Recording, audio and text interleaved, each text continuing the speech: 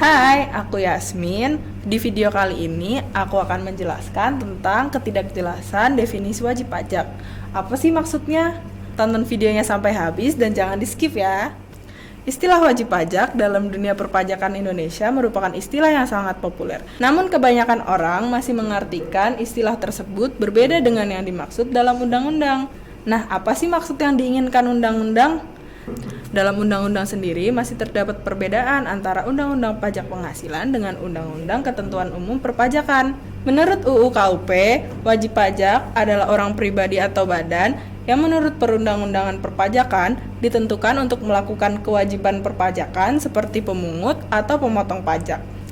Nah, kalau menurut UU PPH, yang disebut wajib pajak adalah orang pribadi atau badan yang memenuhi tatbestand atau definisi sebagai subjek pajak untuk menerima atau memperoleh penghasilan yang merupakan objek pajak.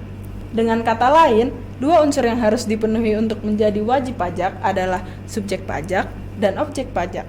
Lalu, mengapa timbul ketidakjelasan pada definisi wajib pajak tersebut?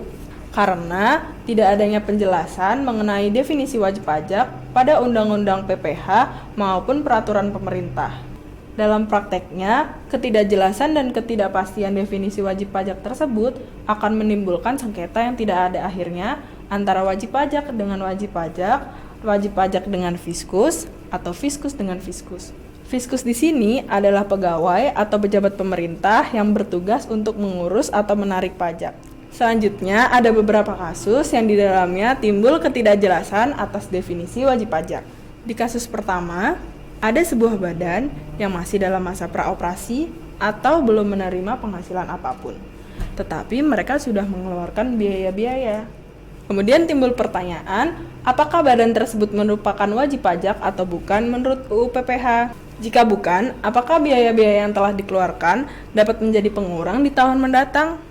Di kasus kedua, ada orang atau badan yang memiliki penghasilan di tahun pertama sampai di tahun ketiga, tetapi di tahun keempat sampai tahun keenam tidak memiliki penghasilan sepeser pun. Kemudian pada tahun ketujuh, mereka memperoleh penghasilan lagi sampai seterusnya.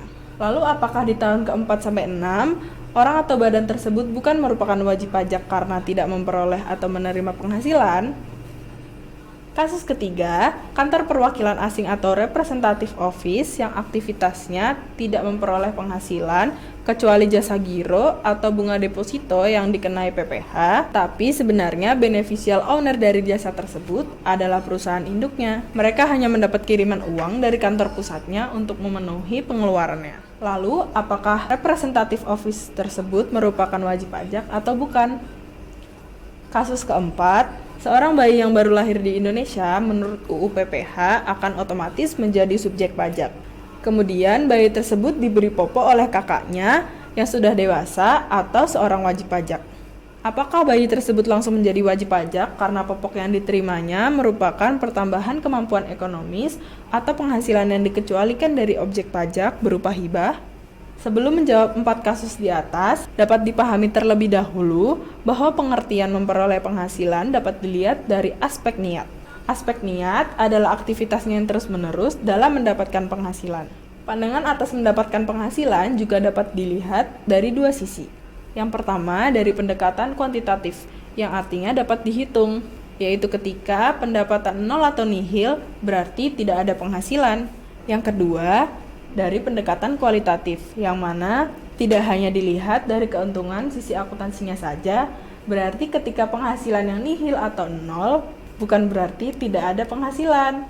Kemudian jawaban dari 4 kasus di atas, untuk kasus 1, 2, dan 3, mereka akan tetap menjadi wajib pajak, karena penulis menggunakan pendekatan kualitatif untuk mengartikan istilah menerima atau memperoleh penghasilan. Sedangkan pada kasus keempat, bayi tersebut bukan merupakan wajib pajak, karena belum memenuhi syarat objektif, yaitu jenis penghasilannya dikecualikan dari objek PPH. Nah, pertanyaan selanjutnya, mengapa diperlukan kejelasan atas definisi wajib pajak? Kejelasan atas definisi wajib pajak ini sangat diperlukan terutama untuk menentukan apakah imbalan yang diterima dalam bentuk natura atau kenikmatan lainnya merupakan objek PPH atau bukan. Karena dalam pasal 4 ayat 3 UU PPH, natura yang diterima oleh pegawai bukan menjadi objek pajak jika yang memberikannya adalah wajib pajak. Lalu, ketika natura tersebut diberikan oleh bukan wajib pajak, natura tersebut dapat dikenakan pajak. Yang menjadi masalah adalah apakah imbalan yang diberikan kantor perwakilan asing kepada pegawainya merupakan penghasilan yang dapat dikenai pajak atau bukan? Akhirnya, kita sampai pada pembahasan solusi atas ketidakjelasan definisi wajib pajak. Supaya tidak terjadi kebingungan di masyarakat, UU PPH kemudian diamandemen dengan mengubah istilah wajib pajak menjadi wajib bayar. Namun istilah dalam UU KUP tetap menggunakan wajib pajak karena ketika istilah dalam UU KUP diganti, hal ini akan menyebabkan kesulitan dalam proses administrasi. Nah, segitu dulu penjelasan mengenai ketidakjelasan definisi wajib pajak. Terima kasih sudah menonton. See you on the next video.